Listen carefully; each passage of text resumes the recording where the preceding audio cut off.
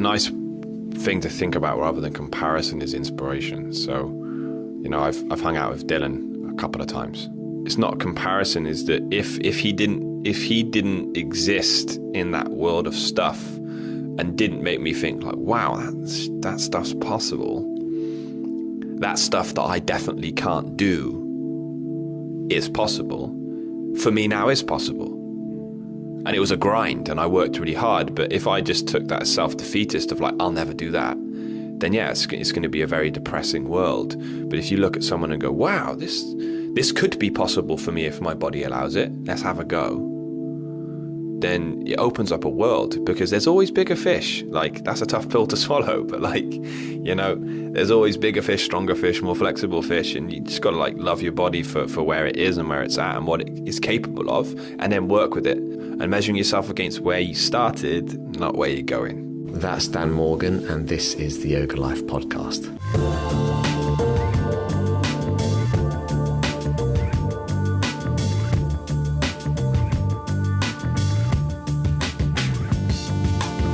Hello, welcome back. Episode 27 with Dan Morgan.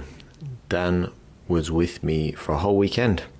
He came over here to teach a series of workshops, and we hit it off straight away. I met him on the Friday evening when he flew over. He came to my class, which was interesting. It was pretty busy class, and Dan was at the front doing crazy handstands, which shocked a few people. We don't get much of that in Ireland. And then he stayed with me for one evening, and we did the podcast on the Sunday morning before he left, went back home. He's very easy to get on with, very likeable guy, very happy-go-lucky, positive type of personality. And you'll notice, I'm just listening back to this episode, I'm very relaxed, almost slightly laddish. It's nice to meet someone face to face doing a podcast as opposed to doing it remotely. It's just it changes the dynamic completely, especially when you've known them for a couple of days.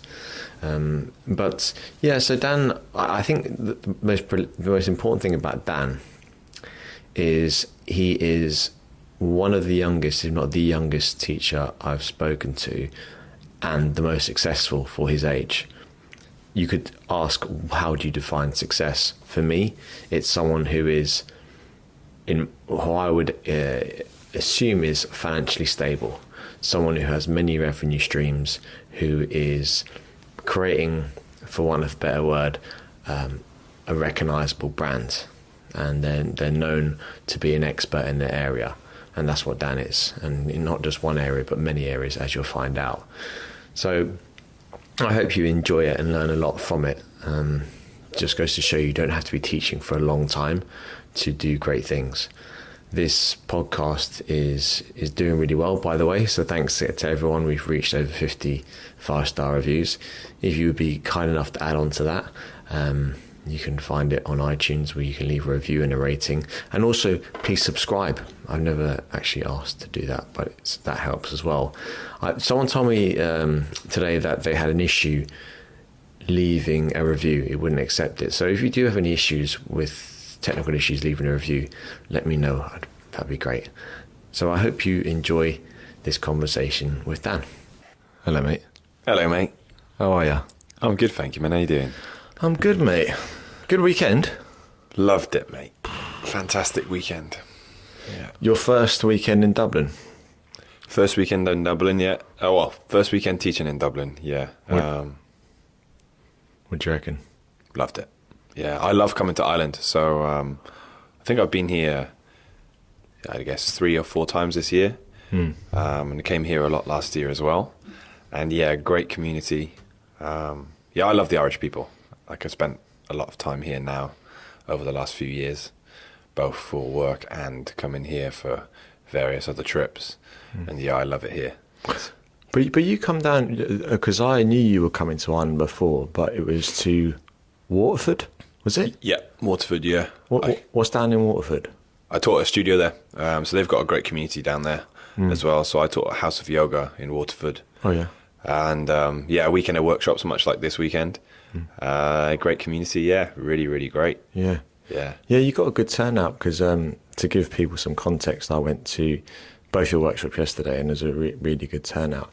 And I think that Yoga Hub does really well at getting like a lot of high profile teachers in, you know, and I think it's probably the biggest studio in Dublin. If people don't know, it's a chain of studios, a bit like Try Yoga in London, I suppose, to give it context.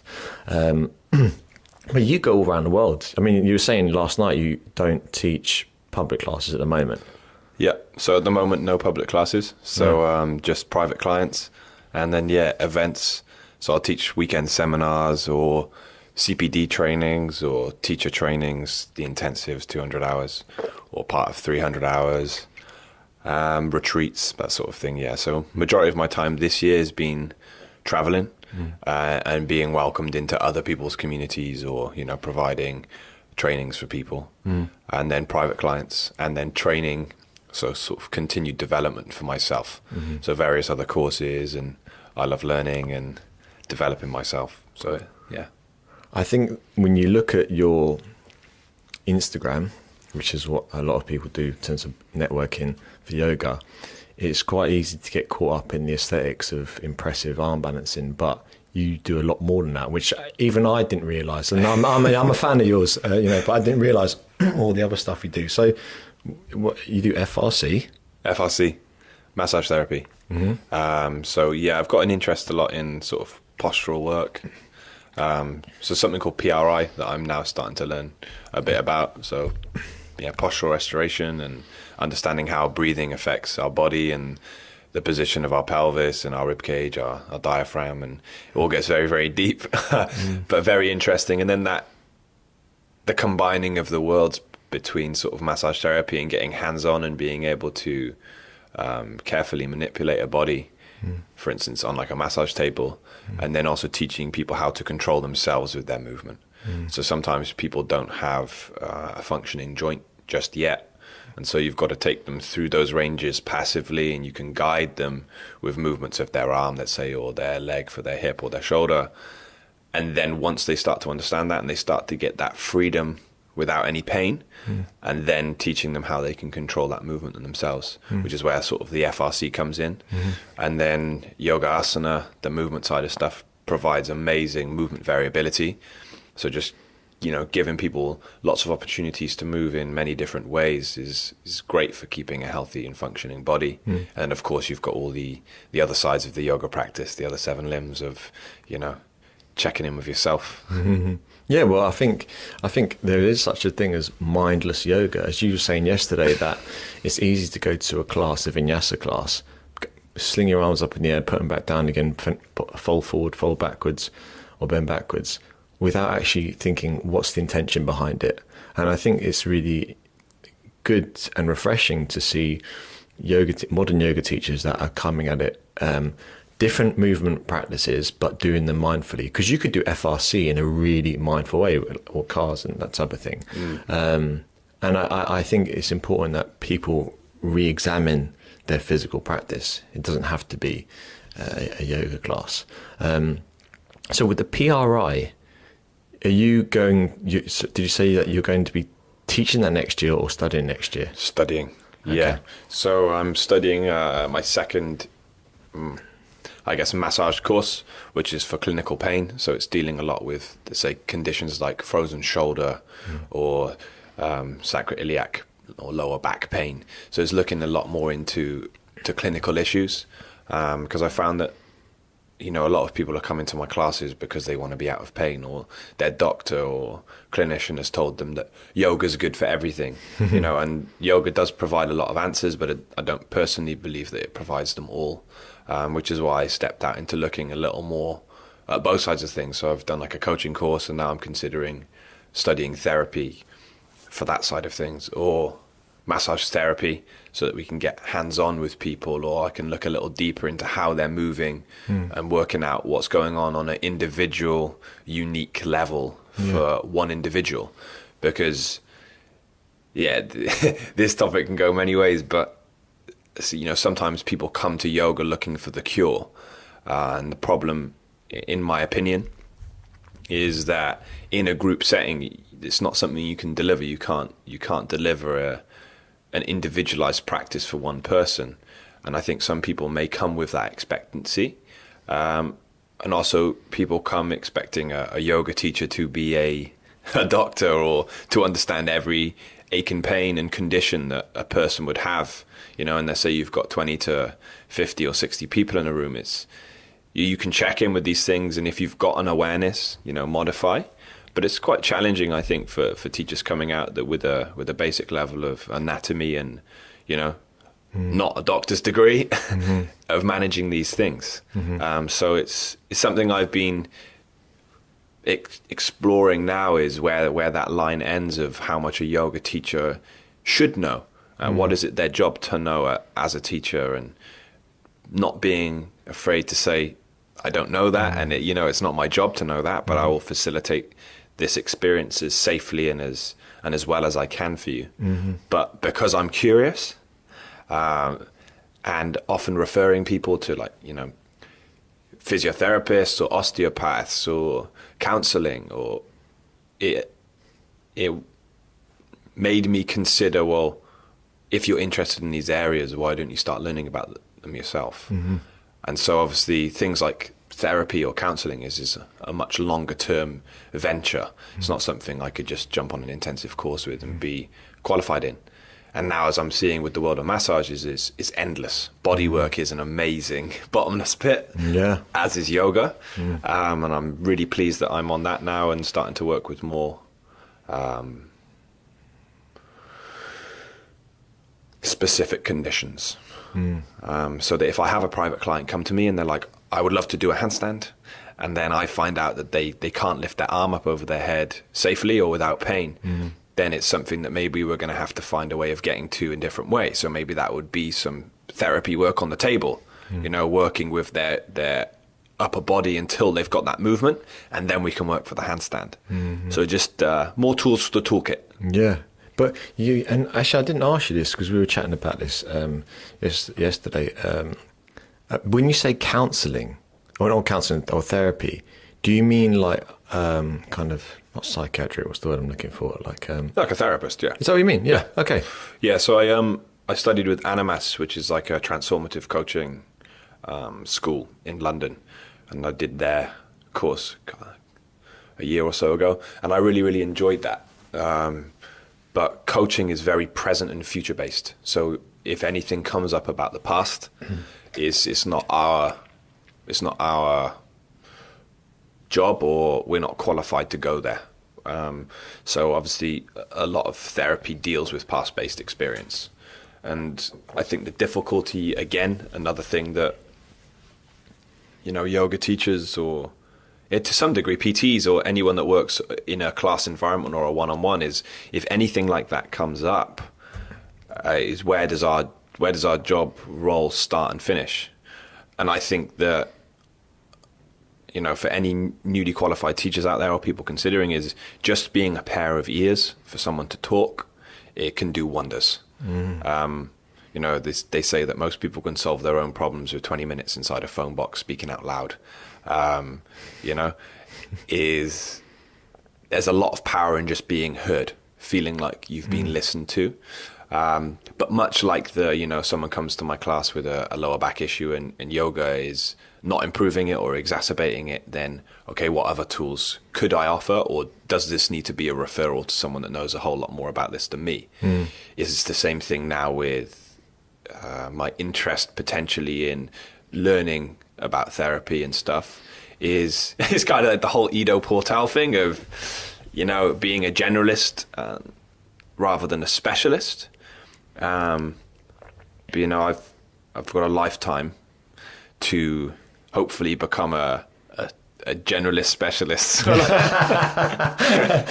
learn a heap of stuff about a load of things. But I think it's being okay with saying I do or don't know this, and I know someone that knows a lot more about this. So I think you should go and spend your money and time with this person that's going to benefit you so much more. And in the background of that, be learning about these things myself. But yeah, to bring it back full circle, the whole therapy thing of why is that I think that yoga and the exploration and the inquisitive nature of finding out a little bit more about yourself, not only physically, but obviously what comes up for you when you're in these postures, like the postures being a vehicle for you to really discover yourself and all of the lovely things that come up when we're doing it, is that can also, for a lot of people, bring up things from the past that maybe we've not dealt with. And I've been on that journey, and some of it can be really small, little light things that are easily dealt with and easily moved past, and some of them can be bigger, darker subjects. And if that happens in my class, or if that happens in a class I'm present in, it can also be quite traumatic for the people in the room as well. So I, for instance, was in a Kundalini class, and one of the gentlemen had a really traumatic experience, and he was just screaming. And obviously that was quite worrying for the people around it, but the teacher held it fantastically. It was at a festival, so it was quite large numbers, and there was obviously professionals on standby for anything that went wrong, and so he was escorted somewhere quieter and safer, and then they could make a decision where to go from there. But let's say something smaller happens, and then your student comes and talks to you about it, and they're like, this happened to me, when I was 21, and it came up today.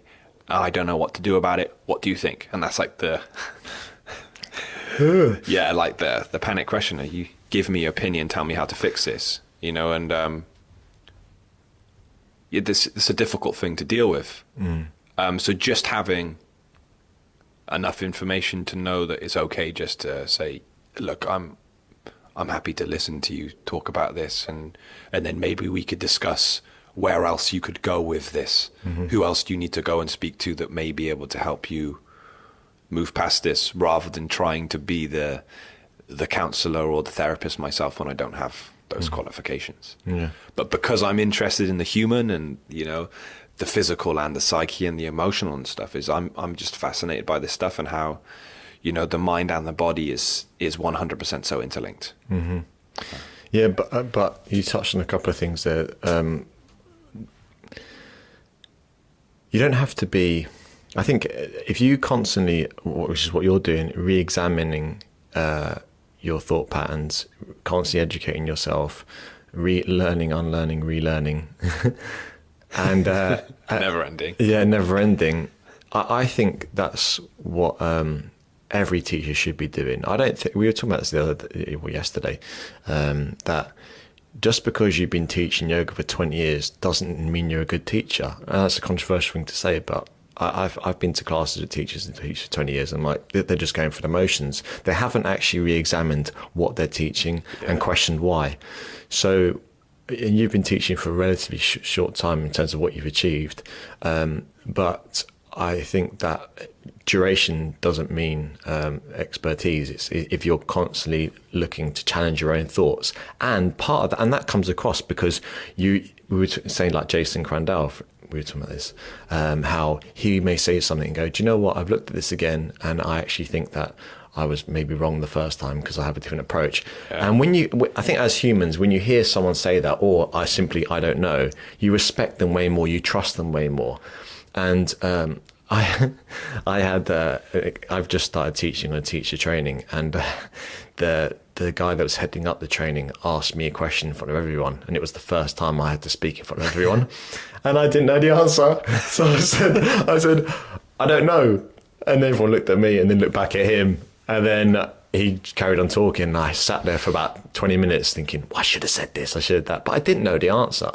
And I think I did the right thing, but but it's because a lot of people that listen to this podcast, they're teachers, and I've had so many people messaging me saying, I'm working in an office and I'm teaching part-time, and I don't think I can make the transition.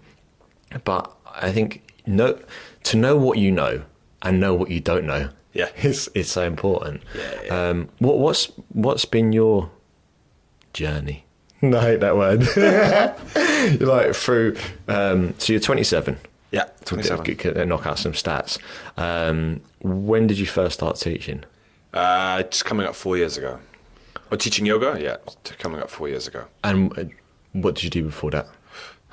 Starting when, good sir? Okay, you take the floor. So I was in uni. I studied music, so I'm a musician, a songwriter. So I was in kind of, let's say, cash cow jobs after uni for a little while. So retail and coffee shops and all this sort of stuff, because I was pursuing a career with my band, which was on track, and then had like a car crash ending. Which is maybe a story for another time. It's like a couple-hour podcast. But yeah, no, I was in a band with a group of my best mates, and right near a show that provided a really great opportunity. One of the members of the band left, and then the metaphorical rug was pulled out from the band, and it just all fell apart, which was a big struggle. Like, ruined friendships for a while, but that have now been reformed, which is amazing. So now we're back to where we were. But it kind of killed the joy of music for me for a little while, because obviously, you know, when you work really hard for something and you put all of your energy in, it's like a breakup, like a romantic breakup, but times 5, you know, with your best mates, and also losing something that you'd been passionately pursuing for, well, almost a lifetime. If you know, I started guitar from a very young age, and then piano and singing. It's like an endeavor, a lifelong endeavor up until that point, that then came to a crashing halt. So it's only really now that I'm starting to think, like, I really want to start writing again, and I want to start exploring music as something for me. So that's back underway, which was great. And that's a great thing, you know, having something to express and create, which is kind of sharing, be that music or lyrics or knowledge, has always been something I've been really, really passionate about. It's been like the common trend for me throughout my life. Of like, I taught guitar, you know, as well. Then teaching yoga, and I've always been interested in sharing and seeing people improve. That's like a big thing for me. And then following the music thing, I was then a promotional events manager for the uni that I studied at. So I went to it's called BIM, for all you aspiring musicians out there. It's like a specialist industry school. So they have not only, you know, I went to study, for instance, guitar and then vocals, but you could go and do the business of music there if you're just interested in that side, or music production or studio work. So they do degrees for each of these things. So they do an amazing thing providing these courses for people that, you know, are very talented in these areas, where before it was, you know, you just had your music conservatoires where, you know, it was very traditional approach. So I ended up working for them, of basically then promoting, or going to events promoting that university. So they took, you know, we took bands out on the road to different festivals, or to colleges, or to schools. It was like all sorts of stuff, just to promote the awareness of BIM. And it was a great job, you know, taking bands out on the road and going to Europe or the different places around the UK. And yeah, it was great while it lasted, but it got tiring, because I was contracted, like as a freelancer, contracted by them. You know, it was rightly so. Like, I wouldn't have much notice, so it'd be like, Dan, next week we need you in Sweden for 10 days. Put your life on hold, kind of thing, in the nicest way possible. And it just got tiring. But what I learned is that I love travel. So I'd done bits and bobs and traveling before that, but, you know, that really started to ignite my passion for, like, wow, like, I love seeing and experiencing different places, cultures, meeting different people, talking to people, getting to know about them and their world. Has that coffee giving you a bit of a little tickle in the throat? Yeah, same here. Not the coffee, but just... We got some kind of Briar White voices though, so, you know, every cloud. Sorry, Dan, go on. And so I was starting to think of what would give me this freedom to travel. So it would have to be self-employment, because I was really enjoying that self-employment. Like, at any point I could have decided not to take a contract and not to go on a job. So I was like, okay, but what aligned more with what I wanted to do, and self-development and, you know, personal inquiry. And obviously yoga had been in the background for quite a while. So I thought, you know what, I'm going to go and develop my knowledge further in this and see what comes of it. So Yeah, I looked into teacher trainings, and one of the girls that I was seeing near the time, she trained with Marion Wells in Costa Rica, and she said it was a life-changing experience and all this sort of stuff. So I looked into various teacher trainings, and you went, you know what, personal recommendation, I'm gonna go and train with Marion. So on my 6-week gap from over the Christmas holidays, where there's not many events, off I went to Costa Rica. In the rainforest near Black Sand Beach, absolutely life-changing experience. And that just made things even more clear of, I wanted to be on a path of helping or facilitating environments for people to help themselves, to learn more about themselves, to come to deeper understandings of who they are and what they really want from life. Because to be quite frank, after the whole music crash landing, I was a little bit confused for a while about where I was headed, like, where's this going? So to have that month in the rainforest, not only studying and learning, but having a real deep look about who I am and what I want from life and where do I want this to go for the foreseeable future. And the question was answered. Here we are. It came to you, exactly. And then, I came back from Costa Rica, said no to a job.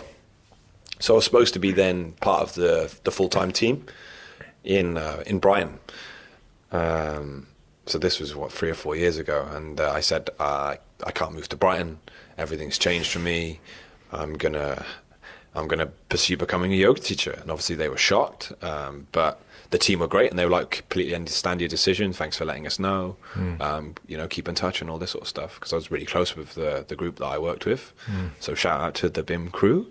And then so I had to get a job in a coffee shop, because you don't just get home and you're suddenly a full-time yoga teacher, as any yoga teacher listening will know.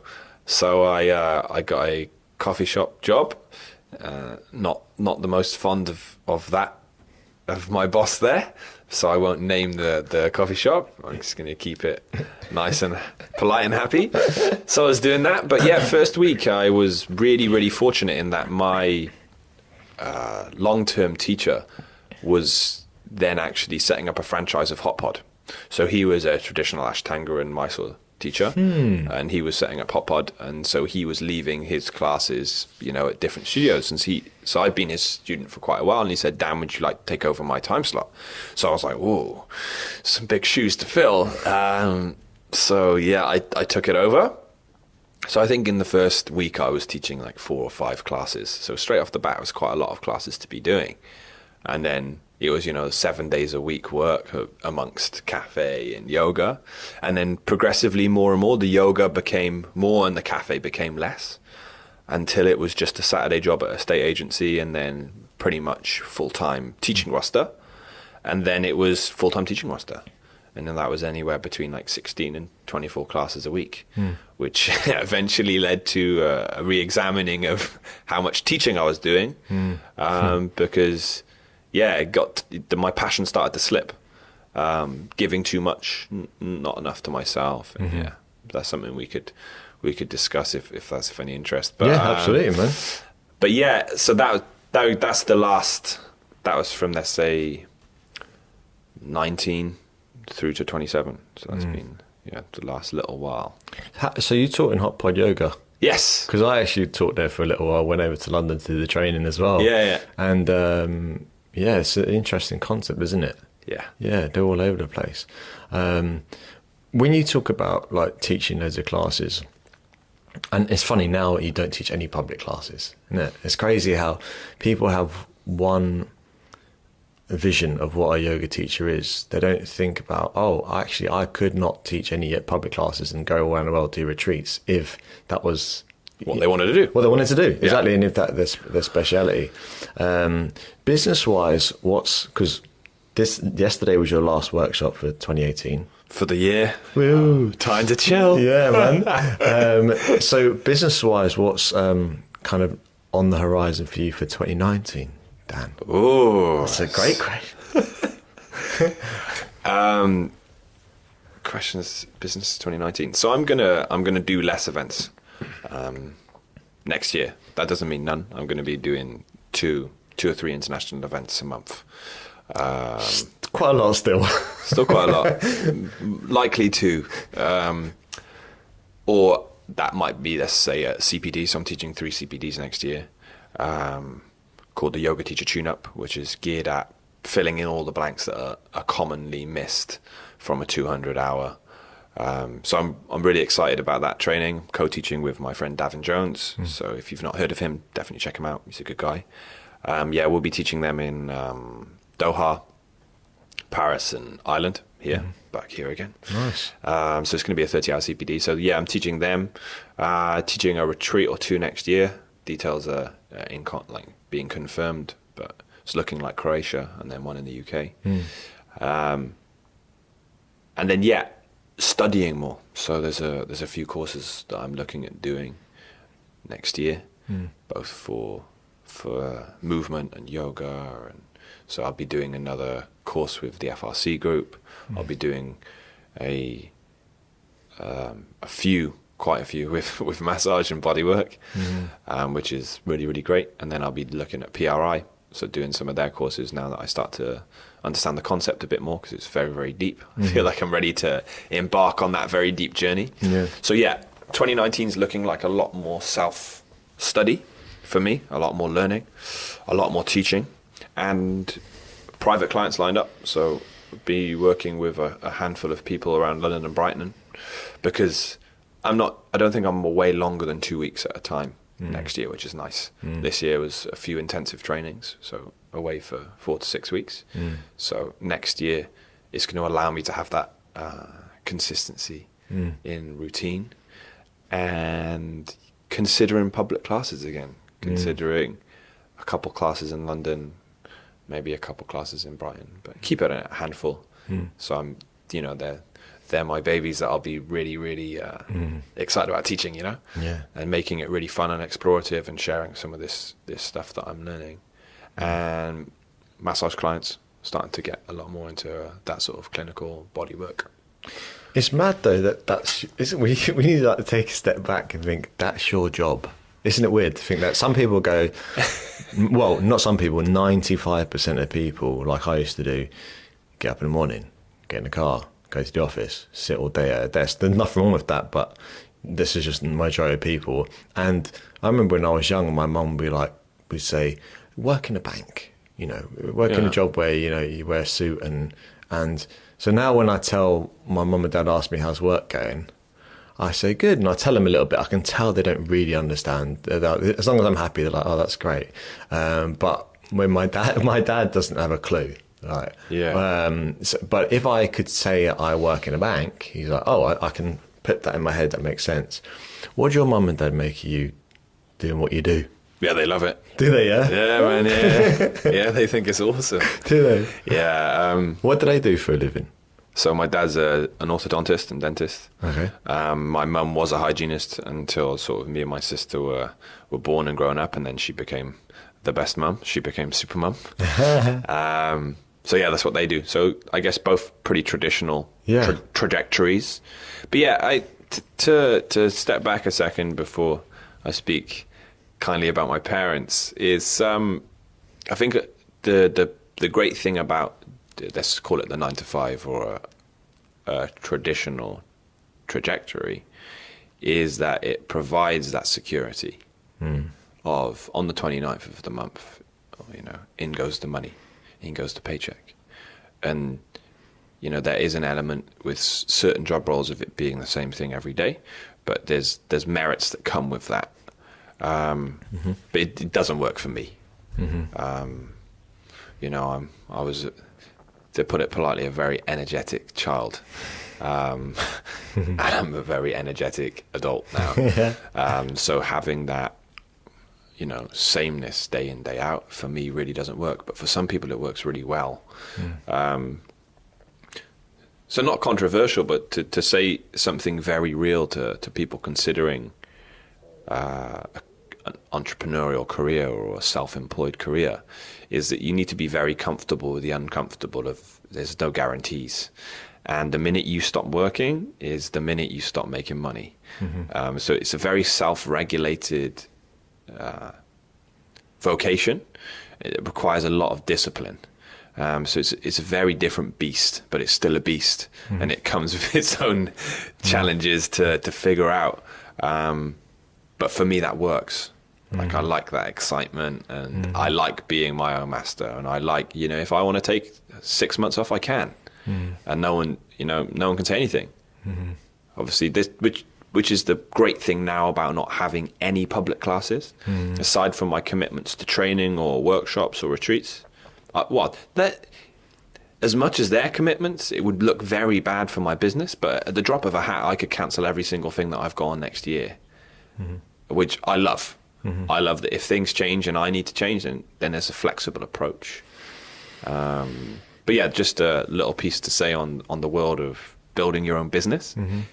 Come prepared to work, because a lot of people, are like Goal Odyssey. They see the big, lovely golden beacon of where it is that they're headed and what they want from this thing that they're pursuing, but then ignore all the rocks and the mountains and the mud swamp and the 50 million jillion rivers that you need to try and get across. There's obstacles, and it's just coming at that with like a really honest approach and being like, I still really want it, and I'm willing to overcome all of that stuff.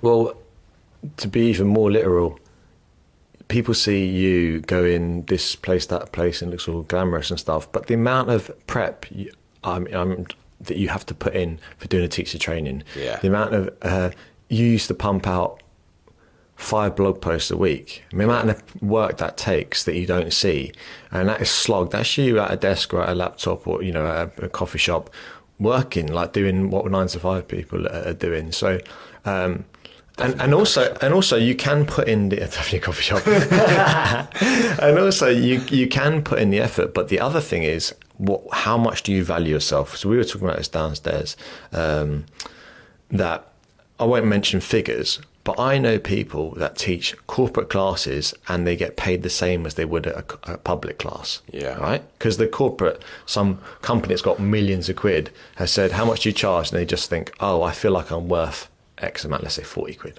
So I can say figures, but my mentality is, I've not just the monetary side, but I've invested a lot in my 200 hour, 300 hour training. I've done more than that as well. And I'm worth more than, I feel like I know my value. So you'd be surprised for the teachers out there. A closed mouth don't get fed. You get what you ask for sometimes. I mean, don't take the mick, but No, definitely. But and I think that's important, because I've met so many people that are really lovely, sweet teachers, but they feel like, because they maybe not used to being their own boss, they feel like they should let someone else take the lead in negotiation, which is they're doing themselves a massive disservice, and you're not going to maintain. You're going to have to keep that office job if you keep on going on that way. If you value yourself very little in terms of money, financially. And I think it takes a bit of gumption. Before I did yoga teaching, I used to be a door-to-door salesman. Well, when that was my first job out of college, I used to knock door-to-door, sell shampoo. And when I was like 19, and I got used to asking. You sell one lady a bottle of shampoo, then you say, oh, maybe, I'm sure you've got a sister, she has hair, she washes her hair. Yeah, she does. Oh, you want 2 bottles of shampoo. And 50 bottles of shampoo. Your neighbour washes her hair too, right? You like your neighbour, right? Okay. But then that's put in my head that, oh, you actually get what you ask for. Yeah. Sometimes, yeah. But you have to ask. Yeah, of course. Yeah, if the question's not asked, the answer's not given. Yeah, and I think that is important, because you've been teaching for 4 years, as you said, but yet you've done so much, and you've made that happen. In a way. So humble. Yeah, but come on, man. But you have to. You're the. Just to get into that a little bit, it's all, it comes back to self-value.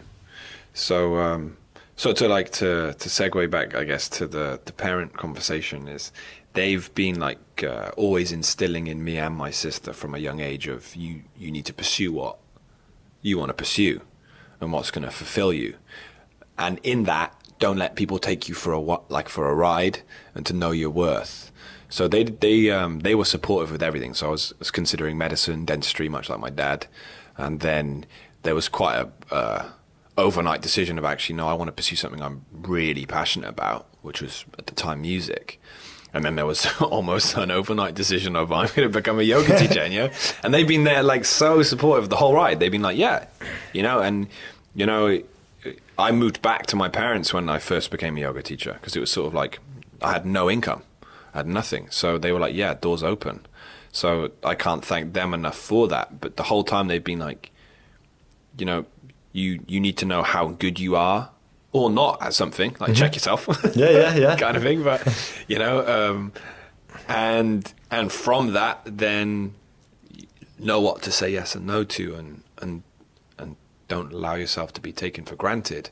So to bring that back then to the question you just asked about all this stuff about, asking for what you're worth,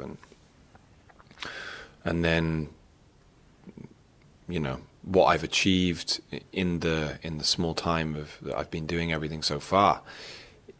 Yes and no. Like, I think it's more honest for me to say that I've been open to opportunities that have presented themselves and then stepped up. So I taught internationally for the first time in Sweden with a really good friend, Greta. She's an amazing person. Anyone that's like, she's around the world as well. Go and attend some of her stuff. She's a very amazing teacher. And, we co-taught some workshops in Sweden, which was fantastic. I was just going to visit her as a friend, but then she was like, I'm doing these workshops the weekend you're coming. Why don't we teach them together? And I was like, yeah, that sounds great. And, but then it was off the back of that then someone on Instagram saw that I was traveling and teaching, and they thought I was American, and they were like, oh, no, he's Welsh. Okay. He, lives down the road, so to speak, across the pond. So they were like, would you be interested in coming out here if we host you for a weekend and workshops? And I was like, oh, yeah, and it only then kind of started to think like, this is what my heroes do, This is what Dylan does and Patrick does and Megan Curry does, I was like, whoa, like these people are doing that. And then it only became like a consideration of maybe this is something I could do. So I was like, yeah, I'm in, I'm all ears. And, I could have been flying to the arse end of nowhere to visit a shed with one person in. Like, I didn't really know a huge amount about where I was going. But fortunately for me, it was hosted by Kevin and Sarah. Sarah Corey, she's an amazing Irish teacher in Limerick. Kev is an amazing teacher also there. So Irish people, go and check them out. Lovely people, amazing teachers. And then the connection to that then is I had Sarah's friend Carol Murphy attend the workshops. Much love, Carol. Yeah, much love. Need to see you soon.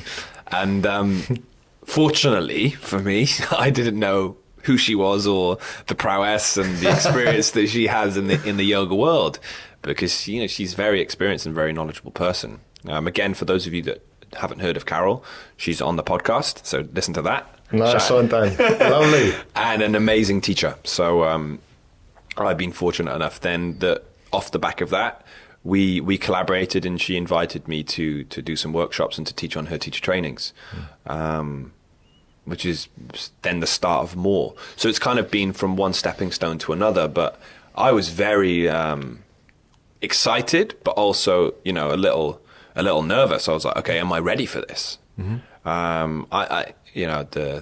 forget the name of the person, but it's the kind of thing of like, if an opportunity presents itself and you don't feel ready, say yes and then get ready. Richard Branson. There we go, Richard Branson. Right. I mean, maybe someone, but Dan, the key thing there is, so as I said, when I said you made that happen, you asked, am I ready? As opposed to, I'm not ready. Yeah. You'll never, as you said, you'll never be ready. We're never ready. I'm doing a lecture on Saturday and I'm shitting myself. And I don't feel ready, but I know I'm going to be a bit nervous doing it. But if you're nervous, it's good. It's nervous excitement, whatever. It's important to me. and I think that is important. So what I'm not, I know I sound a bit arrogant or something saying you made that happen, but I have that. I work on my own, as you do. When you work on your own a lot, you don't have a boss or a colleague to say good job on that, keep going, or stop doing that. Yeah. That's not going to give you the same return as this activity. So my girlfriend texts a mick at me because I'm always self-talking, and I'll be in the kitchen talking to myself, talking about the podcast, going, yeah, we got 49 reviews and we're doing really well. And she's like, are you talking to me or yourself? I'm like, I'm talking to myself, because this is like what a boss would say to you. Yeah. So I talk to myself as if I'm my own employee, which sounds a bit odd. And I big myself up sometimes, like, Kev, you're doing well and keep going. Yeah. At the same time, there's that thing of saying, I don't know, when you don't know something. Yeah, but you don't know what you don't know. Yeah, you don't know what you... Yeah. But yeah, no, it's, I think, having those nerves and they're like a reminder of the effort that you need to put in. And if you want to provide a really amazing experience or, facilitate an environment for people to do their own growth, then it comes with a lot of effort. And like you were saying, there's the other side of my job that I do share. I do talk about it in my blogs, and I do talk about it on my Instagram, that people don't see of the emails and the management of the events before I get there, and the between 20 and 150 or 200 hours worth of stuff that I'm going to be teaching. Is that needs to be prepped, and the content needs to be designed and created before I deliver it. Which is a lot of work. So my job never ends. Like the great thing is I often don't know what the day of the week is. I wake up and I'm like, oh God, lovely, have a lie-in today. It's a Wednesday and my girlfriend's getting up like, oh man. But then it might be that on the Sunday when everyone else is having brunch because their working week has ended, I wake up and do all my emails and I'm getting everything prepped for when I head to Iceland the next Thursday, so that it never ends. And then now with the stuff, like I'm designing 3 online programs, because that's the thing I've been asked most. Do you have any of these drills, or do you have any of this stuff online that I can follow along in my own time? So that's a shameless plug there. So they'll be out in the new year. Love it. Yeah, 3 programs for people approaching handstand, because it's the main thing I teach.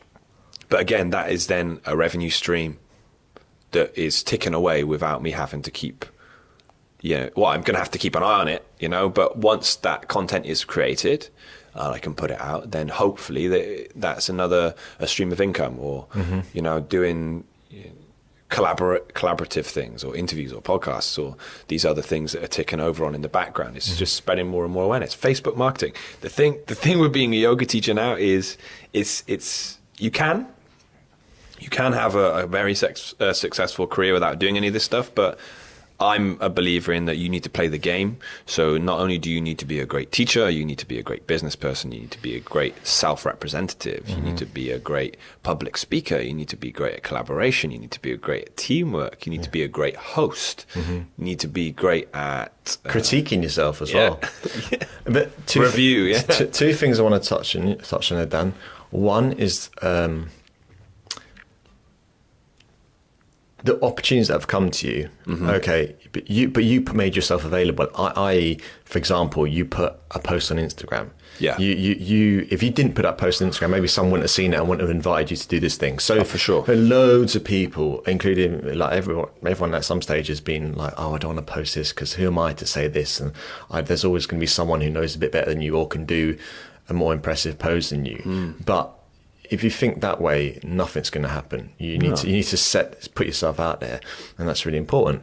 You only ever sorry to interrupt. No, it's all good. You're only ever sharing what you know. You can't share anything else that you don't know. Exactly. And you shouldn't feel ashamed of sharing the things that you feel you have something to say about. I mean, it's being diplomatic for sure, and considerate. But Instagram, for instance, is a platform on which we can share our thoughts, feelings, and images. And obviously it's much more picture-based or video-based. But I'm a big fan of writing a big old long-winded caption below, because that's where I like to express deeper meaning for a post. And And yeah, to cut it short, yeah, Instagram I feel or any social media for that matter, is a necessary beast, because many opportunities have arisen out of Instagram for me. Teaching in Dubai at a festival, or teaching in Ireland, and teaching in Sweden, and to be honest, teaching in the majority of the places that I've taught in all came out of one post saying I'm teaching in Sweden with my friend. Everything. Enough. So that's exactly it, isn't it? But the main thing people struggle with is comparison. Yesterday at the workshop, you were talking about going from an L sit into a handstand and how you're currently training that, and I said, put my hand up. What's the challenge for you? And everything. yeah. But the thing is, you could say compare yourself. I'm not saying you do, but just say hypothetically speaking to say Dylan Werner. Yeah. All right. Which is the same as me. Shout out Dylan. Don't Absolute beast. Yeah. Dylan, if you're listening, you want to be on the podcast.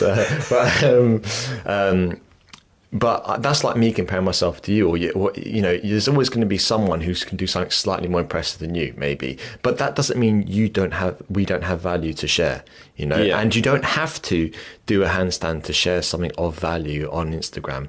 Wow. And understand that it's not the be all and end all. Someone looks at your post, they like it or they don't like it, they move on to the next thing. Don't make a massive... I know some people that struggle with anxiety, thinking, oh, well, this thing, I don't want to say this, don't want to say that.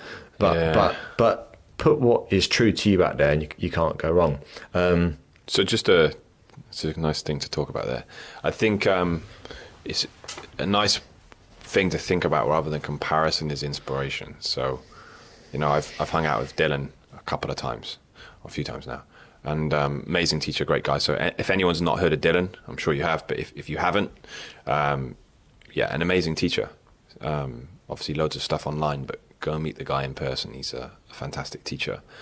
But it's not comparison, is that if he didn't exist in that world of stuff and didn't make me think like, wow, that stuff's possible, that stuff that I definitely can't do is possible, for me now is possible. And it was a grind and I worked really hard. But if I just took that as self-defeatist of like, I'll never do that, then yeah, it's going to be a very depressing world.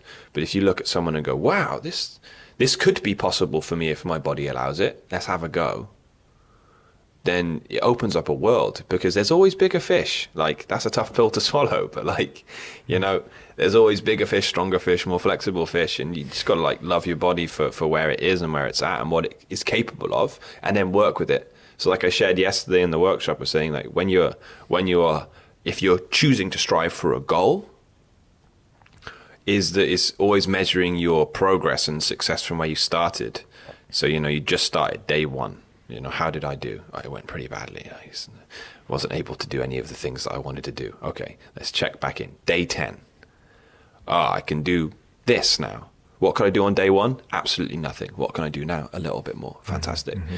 But if you're on day 10 looking at, to use the guy, Dylan Werner, who's on day a million jillion because he's put in years and years of dedication to his practice, it didn't happen by accident, you're going to feel defeated because you've been trying for 10 days and he's put in years and years of incredibly high amounts of work.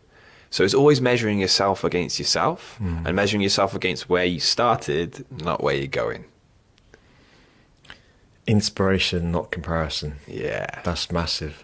So the other thing I wanted to touch on was revenue streams. Revenue stream. We were chatting about this yesterday. By the way, me and Dan have basically spent the whole weekend together. We were chatting about a lot. We're best buds now. Yeah. There's a bromance going on, dare I say. But so revenue streams. Okay, let's say the handstand online course you were doing.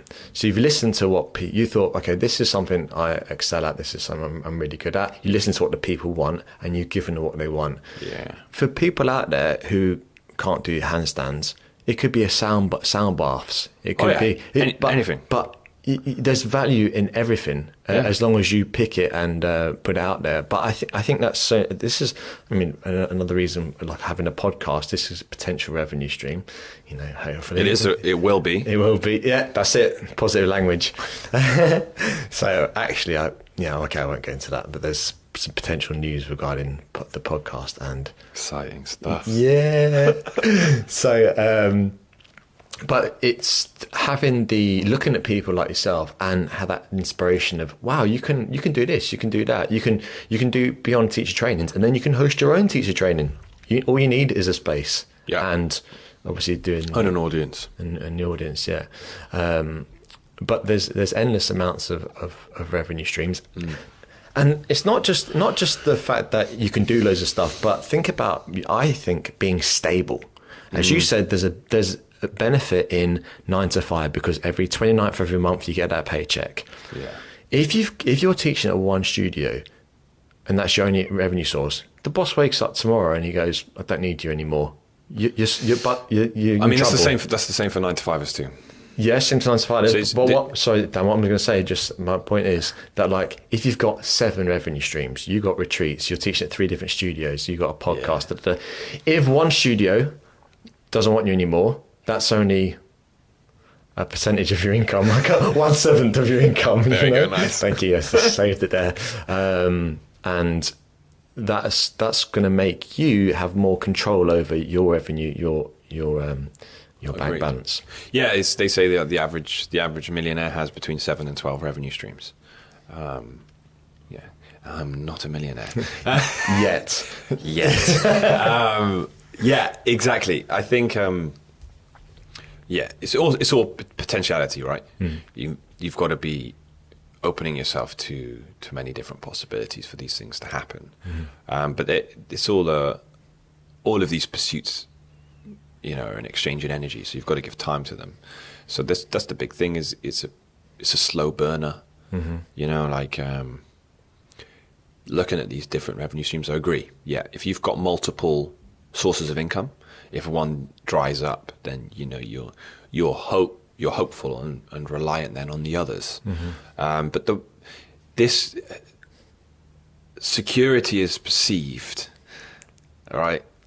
And the rug can always be pulled out from under your feet. It doesn't matter if you're a 9 to 5 or if you've got 7 revenue streams. Like, what if they all flop?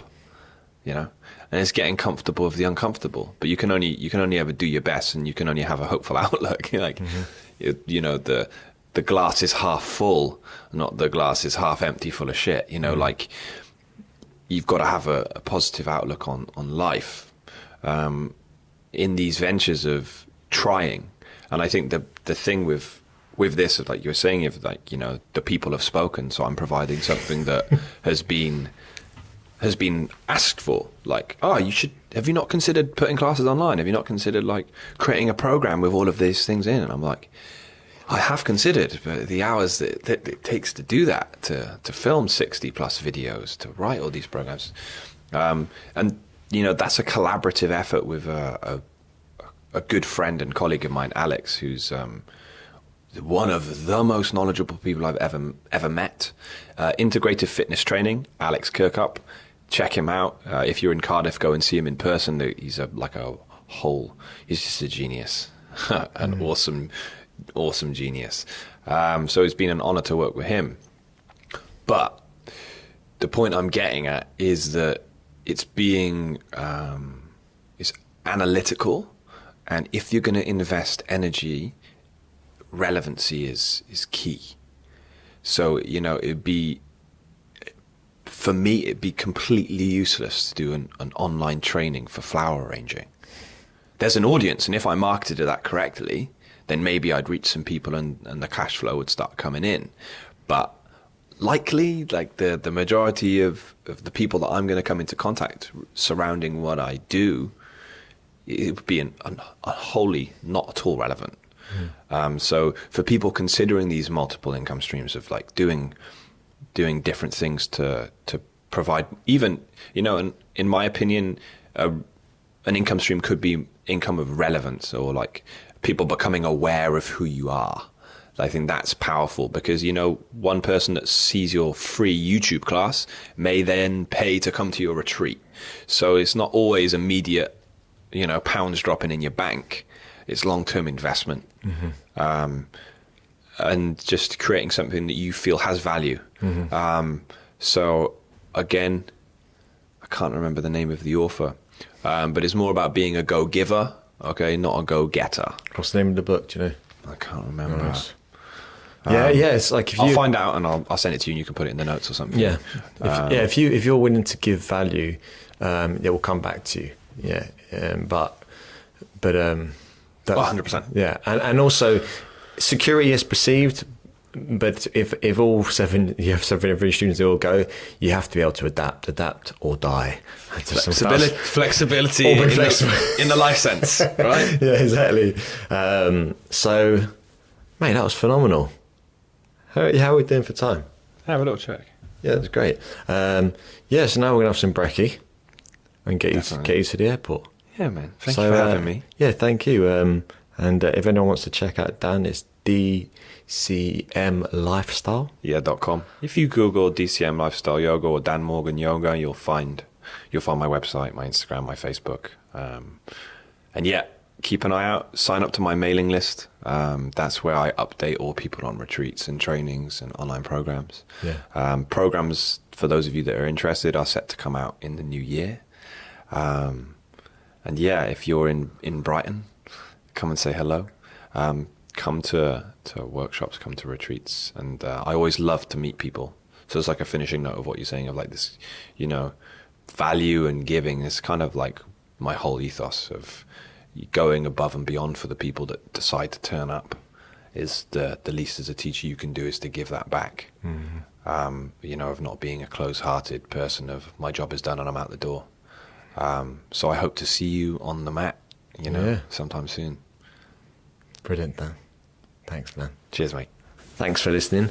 Next week I have with me myself, and I. I'm going to do a Christmas special.